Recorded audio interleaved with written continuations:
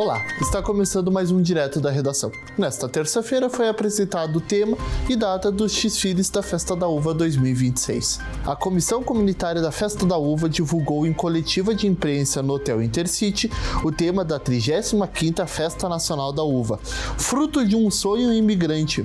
O mesmo traduz o espírito de como a cidade de Caxias do Sul e até mesmo o estado foi edificado. O convite é para olhar ao passado com orgulho e acolher um futuro próspero.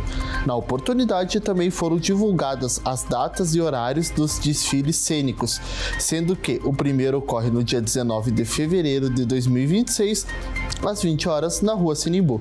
Confira o cronograma de todas as datas no QR Code que aparece na tela.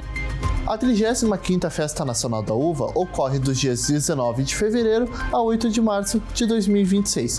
E falando em cultura, o Centro de Cultura Ordovás apresenta a 7ª Arte. Na semana do dia 14 ao dia 17 de agosto, o Ordovás estreia 2 filmes. Cloud, filme japonês do diretor Kiyoshi Kurosawa, às 19 horas e 30 minutos, é concorrente no Oscar de melhor filme internacional, e o brasileiro Paterno, do diretor Marcelo Lordelo, às 15 horas e 45 minutos. São 2 estreias, mas a sala ainda mantém os títulos A Prisioneira de Bordeaux, exibido às 14 horas, e Uma Bela Vida, às 19 horas e 45 minutos. Faltando um pouco mais de um mês para os festejos Farroupilha, Caxias do Sul recebe pela primeira vez em sua história o acendimento da chama crioula. Caxias recebe a 76ª geração e distribuição da chama crioula.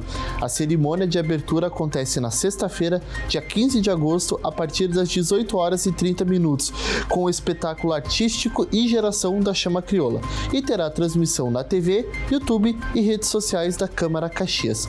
E no sábado, a cavalgada pelas ruas de Caxias do Sul a partir das 9 horas, com a saída dos pavilhões e a distribuição da chama crioula para as outras regiões no Monumento Nacional ao Imigrante.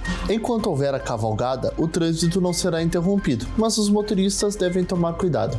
Até o próximo Direto da Redação, com muito mais notícias de Caxias do Sul e região. Acompanhe as nossas redes sociais, @Câmara Caxias. Tchau!